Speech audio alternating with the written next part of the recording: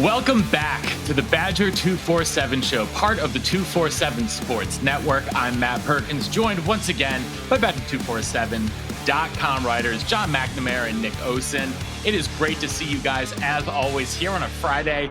The Friday that starts the Wisconsin high school football season, which I know you guys are super pumped about. One of my favorite parts about doing the show with John for a couple of years has been talking Wisconsin high school football, because I don't know anyone who loves it as much as he does. So we'll talk about that here in a little bit. But more pressing issues for a lot of Badger fans is the fact that we are less than 1 week out from the opener, and the depth chart will be released here in a couple days. So I'm going to start by asking both you guys. John, you can go ahead first. I want one bold prediction for the two deep. Yeah, how about Eugene Hilton Jr. makes the two deep as a true freshman? I think that'd be my bold prediction. Maybe not as bold as you could go here, but I just think things are trending that way. Obviously, things have been shut down for a couple days here to the media, so there could be some moving parts here. But when you brought that question up, the two deep to me on the offensive side of the ball isn't easy to guess, but I think it's kind of what we might expect when we see it likely on Monday. But I think the one that I'll say is Eugene Hilton Jr., true freshman, cracks a two deep, and I think he's going to be a player for Wisconsin year one. Yeah, Matt, great stuff, man. I chuckle because our thoughts often align. So I will go similar, a little bit different, though, on the defensive side. Similar thinking. I'll go with another true freshman, guys. I'll say linebacker Cooper Catalano is on the twos on this depth chart. Again, I don't think it's crazy bold just because we've had the chances to see a lot of practices. And obviously he was getting a ton of reps within there. He was flashing, things like that. But that will be my pick. I love the Hilton pick as well, J-Mac. I'm going to take a stab at this as well, even though Nick just took what I was going to say. I think we're going to see the rare triple or on the depth chart at RB1.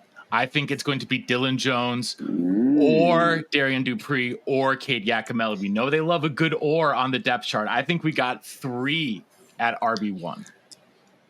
I could see 2. I think all those, they're going to list all 3 of those guys, right? I think Dylan Jones might hold that RB1 distinction to himself. Then a little Dupree or Yakimelli or Dupree, however you want to slice it there.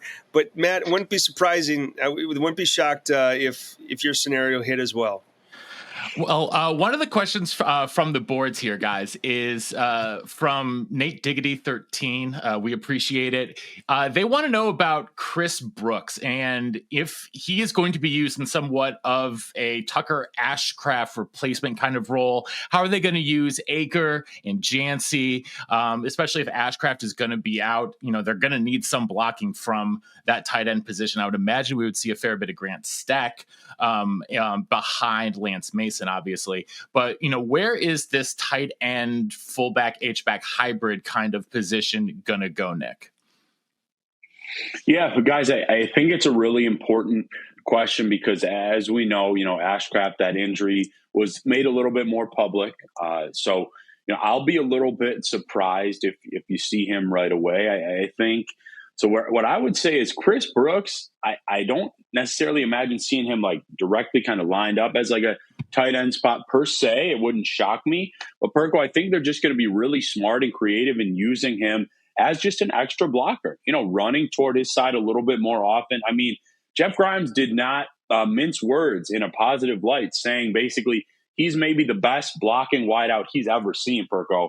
And Grimes has been coaching for a long time at a lot of great places, good places, strong places. So I think that's definitely a compliment.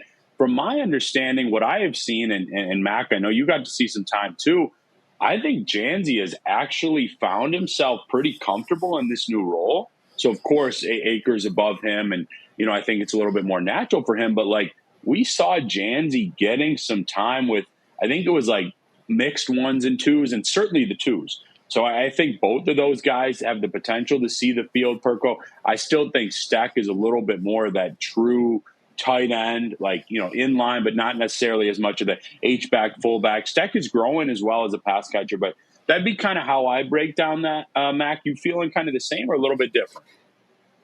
No, I like, pretty much the same. I think they're going to get creative in the ways that they do it. I don't think it's as simple as saying Tucker Ashcraft is out, Chris Brooks is going to be our blocking option to replace him.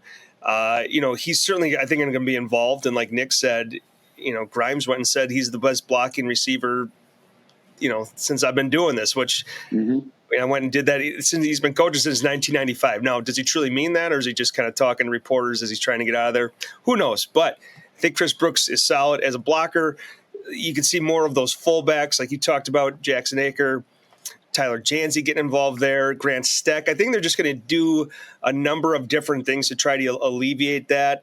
We'll see the Ashcraft injury. He's almost certainly not going to play week one. That one doesn't seem to be one that is going to be resolved sooner rather than later. So they're going to have to find ways to get creative there. But I do think they have the parts to do that. It's just going to be, maybe riding some hot hands too. Who's blocking better? Is it Brooks? Is it the fullbacks? Is it the tight ends? I think it's going to come from a few different places. And you mentioned maybe Jeff Grimes blowing a little smoke to the media there about that. You guys also have this week coming media availability. So one thing I want to ask you, I'll throw this right back to you, John. One question you want to ask coaches this week at media availability? Yeah, we're still kind of in that the hype mode, the everything's good mode, the optimism mode. So I think, those maybe more difficult questions will come as we get into, week 2 and beyond. I think people will always be curious about the health, right? So I think the first question is going to be asked is, what's the status of Jake Renfro? What's the status of Kerry Kadenko? I would imagine that's going to be the first question, like I said. So that would likely be my top question going in this week, is the health, specifically on the offensive line, specifically at center. That's to me the number one thing that needs to get answered as they go into week 1. Next, Mac, I think that's an awesome one. Probably the most, like you said, maybe important imperative right now. A couple places my mind went when Perkle kind of brought this up with us. A couple competitions that we were looking at that I do feel, or I could see Fickle, feeling comfortable enough to answer. Even going into a game. I think I was thinking about kicker. I think Nathaniel Vakos probably will get it, but Gavin Lom was very, very deep in it. I thought that he's been pretty good. So that's maybe one I've got my eyes on. And then kind of that clear-cut number 2 quarterback, guys. Like, they were not shy about talking about it as a competition, right, Mac? With Coach G, Coach Fickle talking about those guys. Even when we spoke with Danny O'Neill, like, it was being talked about like that. From what we saw, I lean O'Neill just because obviously he's been around the offense a little bit more. I do think he had more flash plays, but that's not always kind of the exact criteria for a number 2 quarterback. So I think those are a couple really important things. Like Max said, Ashcraft, I'd be surprised to see week 1. Maybe not a ton of injuries in my head, but that O-line, very important. I think we'd agree, though, Mac, this is just a point I've written about, but I think the team, knock on wood or, your table, whatever, I think overall they got relatively healthy through a pretty intense fall camp. Yeah, I would say so. If assuming, your centers are okay and the guys that are a little nicked up, Dylan Jones, a couple other guys, Jackson Akers rolling with, I think, a no contact for a little while. So assuming those guys are nearing full strength, and I would imagine this week you're not going to shut those guys down, but they are going to ease into week 1, especially those veterans. You don't need to see much more from them. So it would be great if you go out there full strength, even to have one of those centers be able to go, be full go. That would make you feel a lot better. Ryan Corey would worry me a little bit if you had to play him week 1, just because he's a redshirt freshman, right? I mean, that's a tall task to ask any redshirt freshman. So I think if you have one of those two he's ready to rock, he's going to take all the snaps here week 1. Maybe if it's comfortable, you get Corey some important snaps towards the end of the game. I think that would make everyone feel better. But yeah, those big time injuries I think came in the spring with Kevin Haywood, when he was knocked out at left tackle. So hopefully nothing happened that crazy, when things got shut down in the media. You never know, but you'd expect a pretty clean depth chart week 1. One would hope. So I want to, though, hop into Wisconsin high school football because it kicks off this weekend, and that is a very exciting time of the year for everyone in the state, let's face it. So I know, John, you're headed out to Franklin Catholic Memorial, I think, this weekend, but I want to start big picture.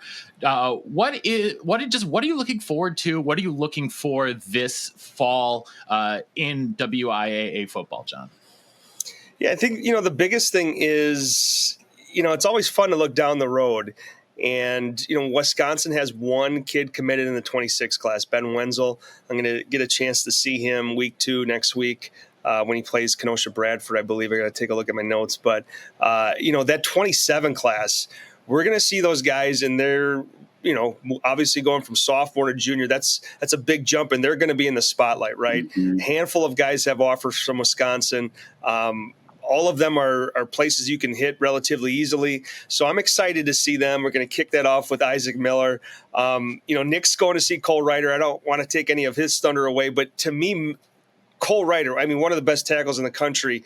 Isaac Miller, to me, might have the most upside from this in-state group. I think the sky is absolutely the limit for him. 6'6", 250 pounds. He's athletic right now.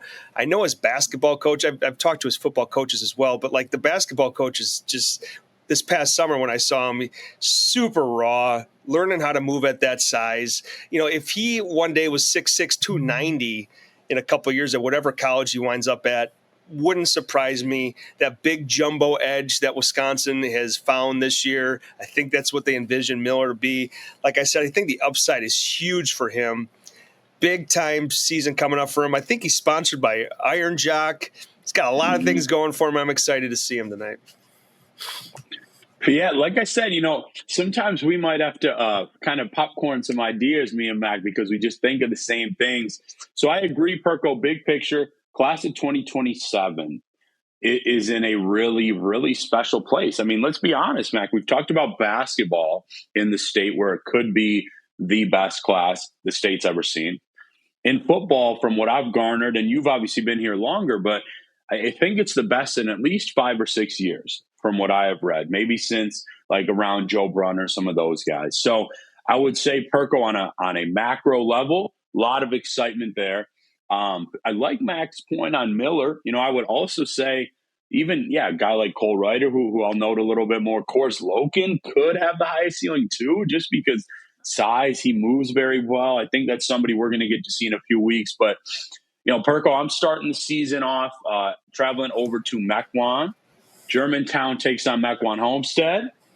And Cole Ryder, not just one of the best tackles in the country, but a legitimate, it gets thrown around a little bit too often, I think, but a true top target for Wisconsin, priority guy, high 4-star. I think the Badgers are in a good spot. But there are a lot of good offers right now for that young man. Great player, great kid. And I'll be interested to see, of course, how he looks in person. I've seen him several times when I went to see Catalano, but also just to get, kind of the in-person feel for his recruitment and kind of see, okay, Catalano went to the Badgers. He might be playing early. What do you kind of think about that? Those two are very close. So we'll see. Also, like Max said about his game, should be a good game tonight, I would think, between Germantown and Homestead. I know that there's a lot of confidence around Germantown right now. I think they brought back like everybody other than Catalano. Yeah, man, there's some really good week 1 matchups, and you're headed to one. I'm headed to one. You go back and you look at these matches between Franklin Catholic Memorial to start the year. There's been some exciting battles. I remember sitting watching one of them a couple years ago with Clint Cosgrove, and Corey Smith had something on his back plate. Like, I don't even know if I could say it on the show, but it went viral. It was good stuff. So they've had some back and forth. 2 of the best programs in the state. Catholic Memorial, a handful of state titles under Bill Young, maybe the most accomplished coach that, or one of them. I don't want to say the most, but, really, really good head coach. And Franklin's got one too in Lewis Brown. So there's some good matchups. Nick and I go into 2 of them, but there are a handful more. In the Milwaukee area, in the Madison area, that are really fun and non-conference battles. Some conference battles, but a lot of non-cons where these athletic directors or head coaches said, "Hey, let's go and see what we got right away, week 1, and we'll see where we fall right away." One thing I'm really looking forward to is Oak Creek under Brian Calhoun in his first season as the head coach there. I've been fortunate to get to know Brian over the last 5 years pretty well, and he's an amazing, amazing person. And I'm excited to see what he can do with those athletes because he's an elite athletic trainer, as we know with what he's done at Milwaukee Speed Academy. And I think that, in that area, he could probably build a really special program if he really wants to, make it so. Yeah, Oak Creek is kind of a sleeping giant, man. I mean, they got a big enrollment. They got a lot of athletes, got a real good young quarterback this year in J.J. Chapman. It'll be really interesting to see what Brian Calhoun can do. Obviously played for the Badgers, played for the Lions. Has done a number of different coaching things. He was at little Brook Central. I know he's done some track stuff, some speed stuff like he talked about. Now he's running a program. It's going to be interesting to see how he does, who he surrounds himself with, what that offense looks like. I'm excited to see them. That team is for sure on my schedule as well to see, Brian Calhoun year one and J.J. Chapman, running that offense. Yeah, Perko, I just want to note, as we wrap up another great show, we've got kind of a full calendar for people watching. It's something that we put together that we're really proud of. I think we've already got between commits and the 27 targets, 6 or 7 guys already locked in for us to be seeing. Helps with, obviously having multiple people out. I will get to a few other states around the Midwest, maybe even not the Midwest. So we'll tease that a little bit, but we're very excited. And, like you said, Perko, it is truly the best time of the year. Sleep is at a premium for me at times in the fall, but we'll keep it rocking. Optimism abounds at this time of year for everyone. So we hope that you guys and gals who are turning in have enjoyed this and have enjoyed a little bit of optimism from us as well. We'll be back again next week to answer questions you have on the boards, cover everything happening around the Badgers, around Wisconsin, high school football. And so until then, thanks for tuning into the Badger247 show, part of the 247 Sports Network. Make sure you are subscribed for the best information, the best message boards, and to get all the stuff that Nick just talked about. You're not going to find coverage like this anywhere else, this in depth. Come on over, join the squad. We're having a great time. So until next time, thanks for tuning in, and we'll see you on the message boards.